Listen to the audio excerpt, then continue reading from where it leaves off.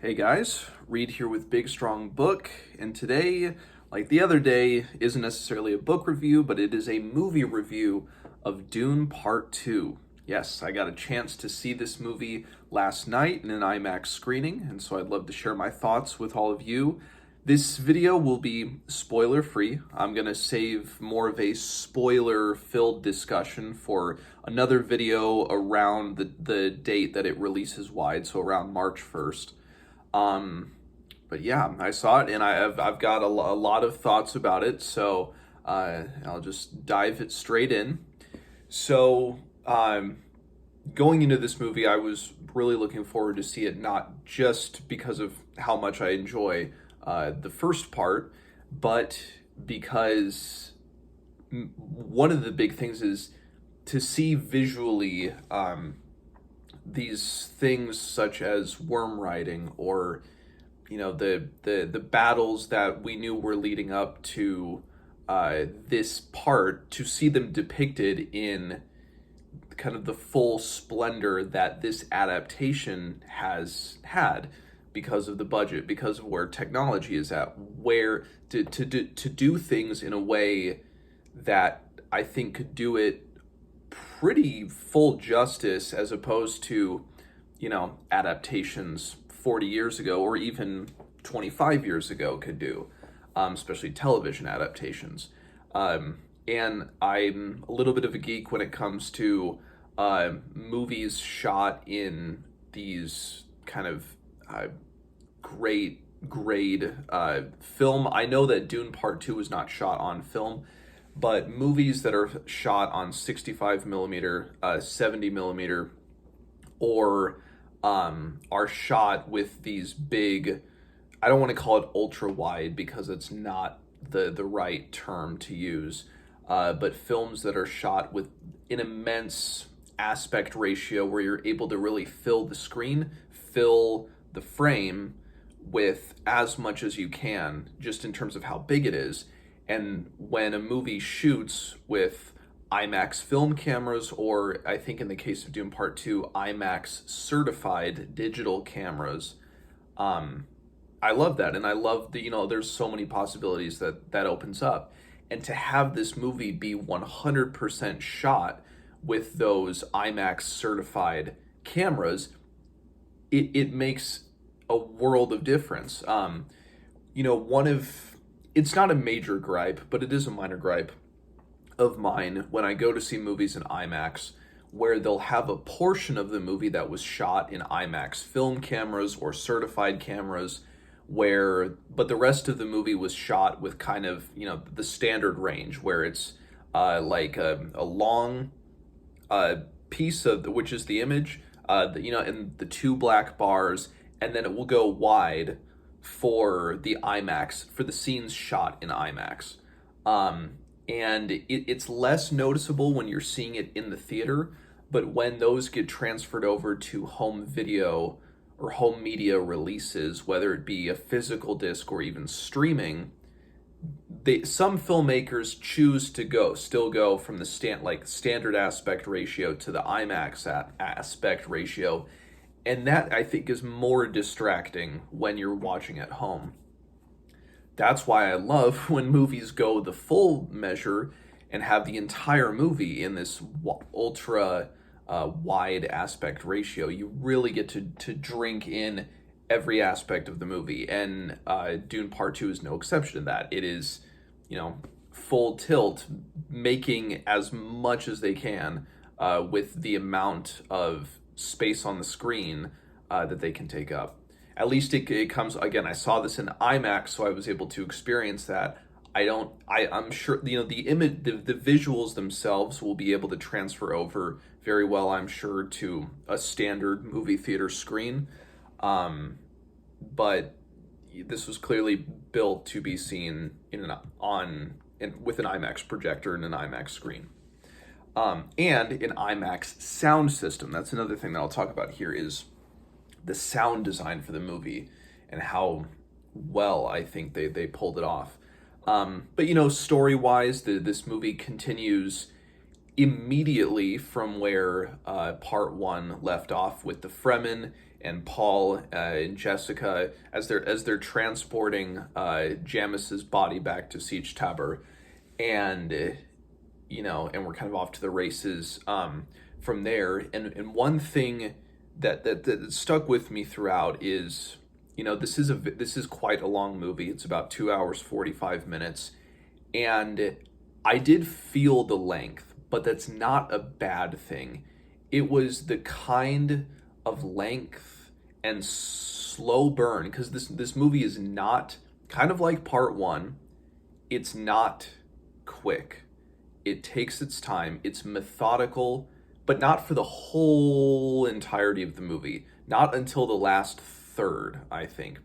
But for the first, 165 minutes, that's about 55 minutes per act. It's about 55 minutes per act. So I would say the first 2/3 of the movie, it's a very methodical pace, but it is not the kind of pace that makes you want to check your watch, that might even make you want to check your phone, to where your attention will go elsewhere. I think of this in terms of the ultra slow pace, where not only are the movies almost 3 hours long, but they feel even longer, are the one filmmaker I can think of in particular is Andrei Tarkovsky. I've seen a few of his films, not to disparage them, because I really need to revisit some of them, especially his film Stalker, which is based off of the novel Roadside Picnic. They are movies that move at such a slow pace.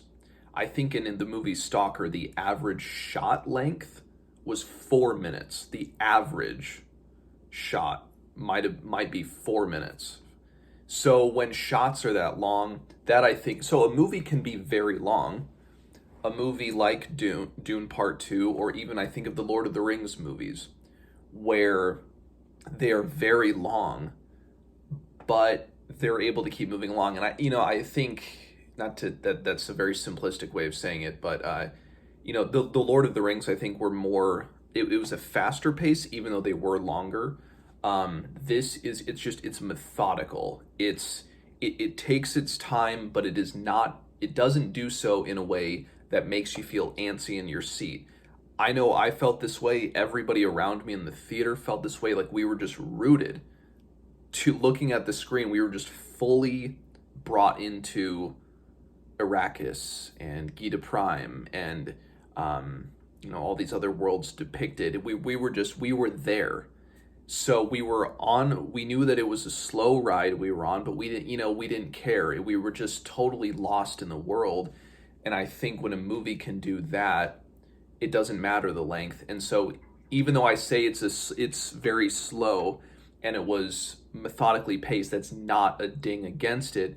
And I don't think that's going to be an issue for the average moviegoer, because you're fully brought into the world. And so when that happens, time does not matter. And even if it is a slower and more deliberate pace, I don't think that matters either. So not to knock that. But again, this movie, it's clear from part one that there are big explosive events, both literally, in terms of, two sides of an opposing conflict meeting each other in big battles. Not only is there that is clearly on the horizon from the end of part one, but there are also big moments for characters that, as they're dealing with things internally, as they are changing as people. There are big epic moments like that as well. And that, I mentioned this in my review of Dune Part 1, but it's been almost a decade since I last read the novel, and I intend soon, certainly after watching Dune Part 2, Dune Part 2 and really enjoying it, I intend to reread Dune before too long.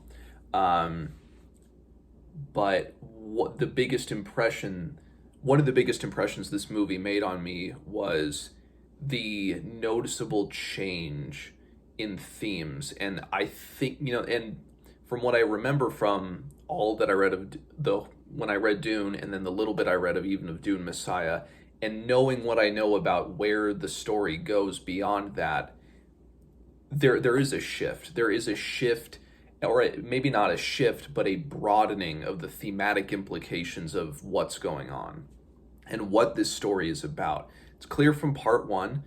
There's something to be said for the dangers of charismatic leaders, and I know that's something that's at the core of what Dune is, but that really becomes apparent in the last half of this movie.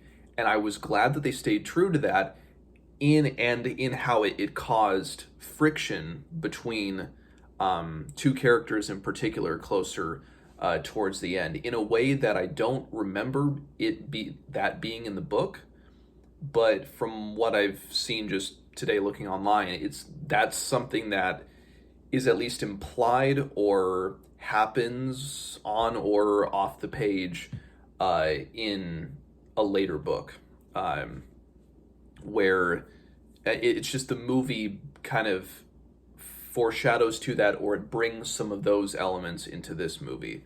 Again, it's hard, it's not, I guess, really a spoiler, but I'll save that for the spoiler video, talking about that interpersonal conflict that really shines in the last bit of the movie and really contributes to the gut punch of the ending that it has. There were a couple of things that, not that I had issues with, or like big issues. It's not, they weren't issues that soiled my enjoyment of it. But I would have liked to have seen Villeneuve, and I think he co-wrote the script with somebody else.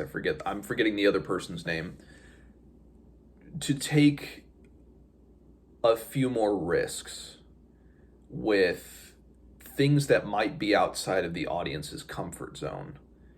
And for those who have read the book or have seen one of the other adaptations, when you get to the last half of Dune, there's certainly one character in particular that is bizarre. Bizarre not only for a reading audience, for a viewing audience, but also a character that is bizarre to the other characters in that world. They think that this character and what that character is doing is bizarre, and it's strange, and it's perverse, and a whole bunch of other adjectives, right? And I'm not going to say who that character is, but the movie, it walked the line a little bit between being a little weird, being a little strange in respect to that character, and dialing things back and even changing some big moments which that character is involved in. And I understand why. Again, that I'm certain that this character was, that Villeneuve and one or two other, however many other writers there were, they had conversations about this. Because obviously, and I saw a quote from an interview with Villeneuve recently where he said, to adapt something is to kill something. Adapting, and he said it's perverted in a way, because you're taking something that is so great, and it's mimicry, but some things have to be lost along the way in order to be palatable in this new form. And so I'm certain that there were many conversations they had about how to deal with this. This wasn't something where they were like, oh, what's the easiest way we can do this? I really think that, the way that this character is depicted in the book, they were thinking about doing that, but then I don't, it was in the plan from the beginning of when they started shooting, that this wasn't something that felt like test audiences saw it and hated it, and so they changed it. It's not that. Speaking of like something that felt like it may have been impacted by screened audiences or test audiences. I'll say this because it's not really a spoiler, but Stilgar in the movie, played by Javier Bardem, for a good chunk of the movie is, while he has his sincere moments, he's kind of played off as a comedic relief character. And again, I know it's been a while since I've read the book, but it just seems like one of those blockbuster movie trying to do just kind of lighten the tension. And I get that with a story like this, which is so heavy, that you need the lighter moments. You kind of need more comedic moments so it doesn't it's not fully enveloped in this melancholy and melodrama. But Villeneuve, I think, has pulled off these little comedic moments in movies before. I think of Blade Runner 2049. There's a handful of comedic moments in that movie, but they feel natural. And it's not what I want to say about Dune Part 2. The moments with Stilgar aren't like crickets and it completely stops the momentum of a scene. They are worked into a scene. I wonder if that was always in the script, if Legendary or Warner Bros. Came to them as they were writing the script for the second part and said, okay, we're good to go. We're going to greenlight this thing, but we need a little more humor in it. So whether that was just kind of in order from the suits, or if it was a just easy reaction from test audiences. I don't think there were any big reshoots for this movie. And again, nothing that felt entirely out of place. It was just, I wonder, no movie... Blade Runner 2049 is really one of the only examples I can think of a story that is so self-serious, certainly, but a story that can have those little comedic moments, and it just works. It's more like situational comedy rather than, or physical comedy rather than, just witty jokes, witty verbal jokes, if that makes sense. So that's one thing I wondered about, and I was like, I don't know if I feel about that, and I don't know if it diminishes Stilgar's impact. That does change as the story goes on. If that marks growth for Stilgar, I don't know. But yeah, so that was just an observation I had, I guess. And then the new actors in this movie, the big three: Christopher Walken as Shaddam IV, Florence Pugh as Princess Irulan, and Austin Butler as Fade. All three were good. Austin Butler, I would say, was great. He's the only one of those three that I would say is great. He fully embraces the weird and just kind of squirming qualities of Fade. And he's such a creep in the movie, and that's kind of the point. A very charismatic creep. He pulls that off so well. I don't know what that says about him as a person, but he can pull off the charismatic creep. Christopher Walken, I'm not going to attempt a Walken impersonation, but he kind of does his thing. He's in the few scenes that he's in. I guess that would be true to the book, and the same goes for Florence Pugh. Their characters, as far as I remember, aren't in the book as much, and so it makes sense that they don't have a whole lot of screen time in this movie. I guess I think I was expecting a little bit more, but again, it could be something that is very true to the book, of them not being present in scenes that much. So that could be the case, and I could be off the mark with that. Maybe that's once I reread the book, maybe that's an issue that I have with the source material. I don't know. But again, Austin Butler, great. Florence Pugh and Christopher Walken, good. I'd say Austin Butler's kind of a step above them in his performance. Then we get into the cast from the previous movie. Timothy Chalamet, I think, had, the certain changes that happen within Paul throughout.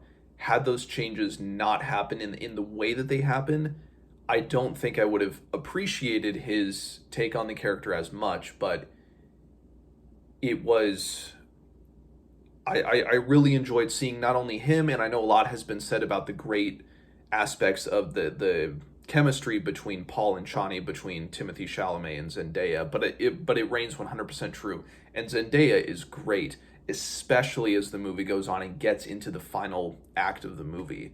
She's the standout performer for me in the movie.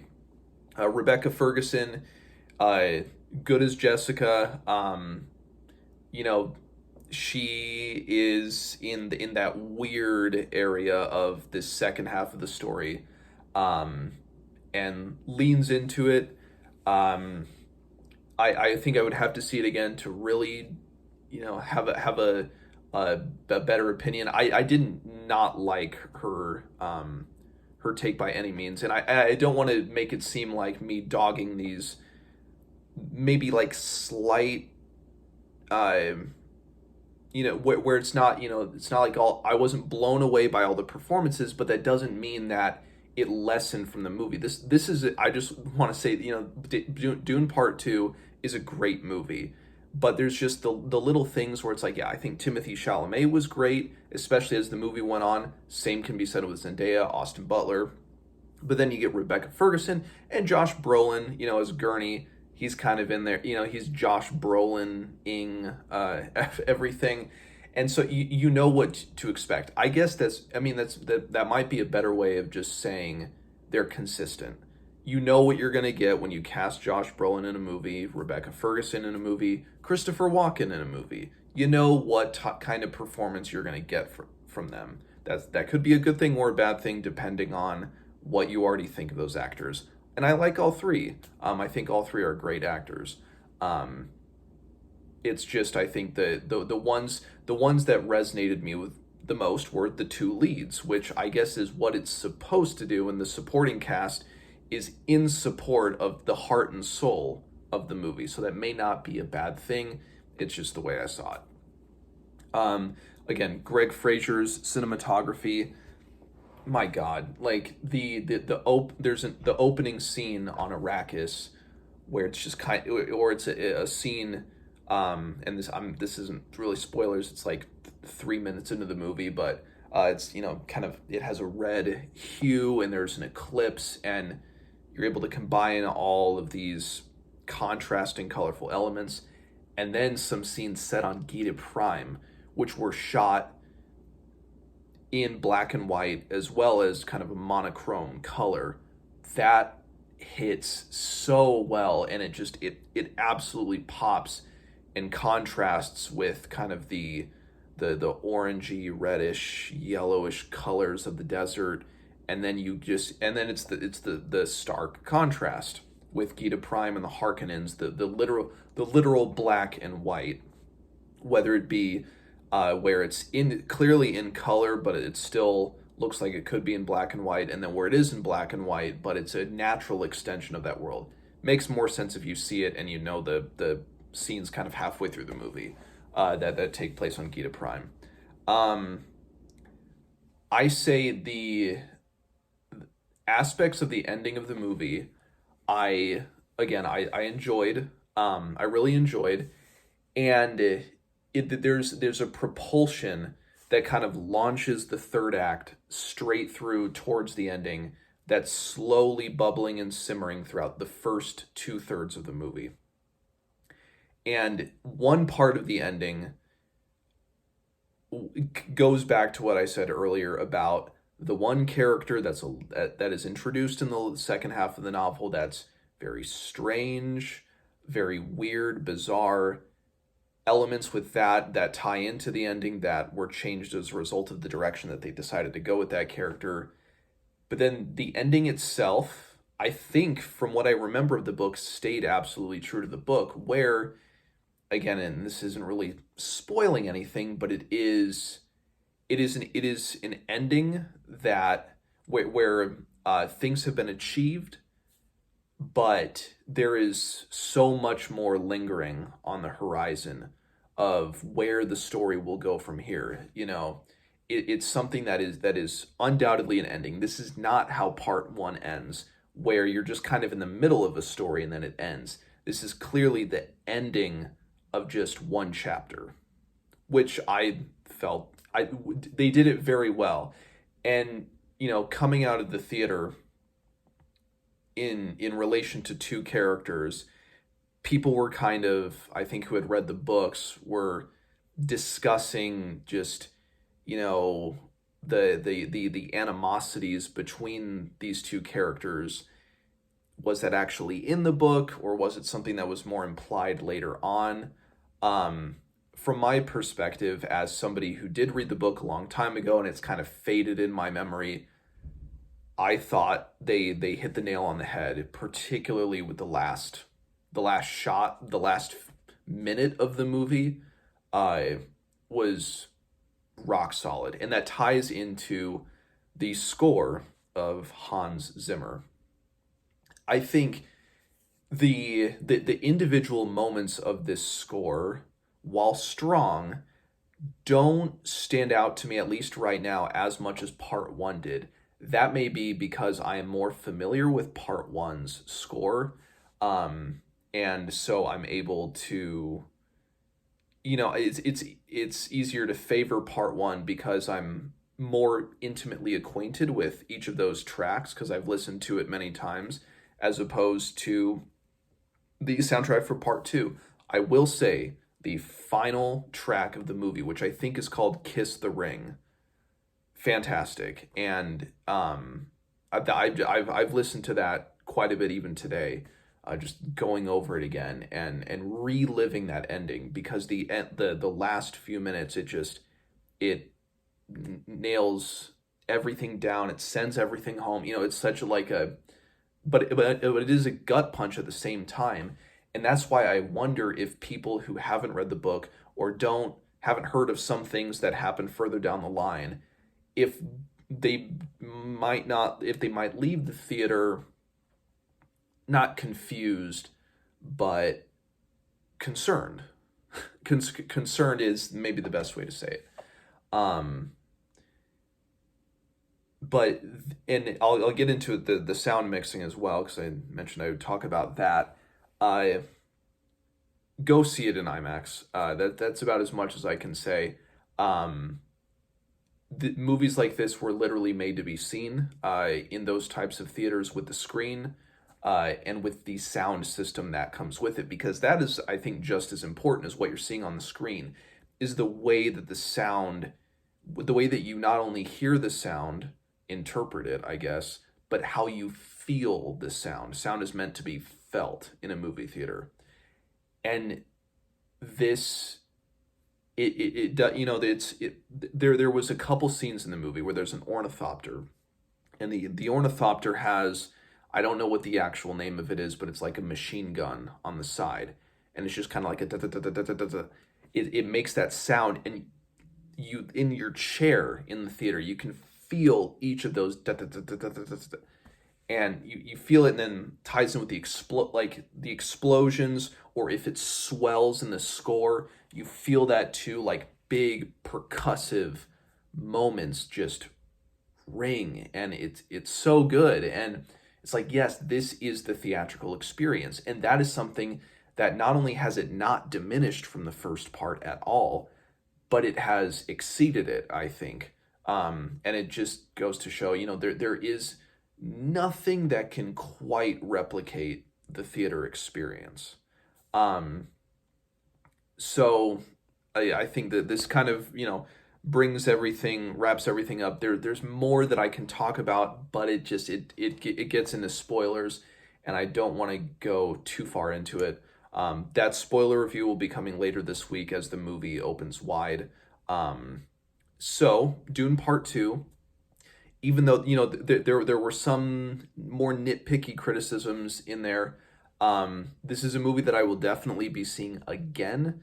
One or two more times, certainly in the theaters, um, just to let the story sink in more because it's hard to judge these types of movies just with one viewing. And I know I liked it. I really know I liked it, but it's gonna take a few more viewings, I think, for it to settle in for me to have a fully formed and absolute opinion on it. And of course, nothing is as flimsy as one's opinion on books or movies or TV shows. They ebb and flow and they change over time. But I really enjoyed this film. It's really great, and it takes the best parts of part one and it expands upon them. And there's the little moments that, you know, that I wished had maybe gone a different way. But again, for somebody who isn't a little bit familiar with the story, that those might not be issues at all. That again, that's why it might just be nitpicky. So, Doom Part 2, if you've seen it already, let me know what you think, and I will see you guys next time.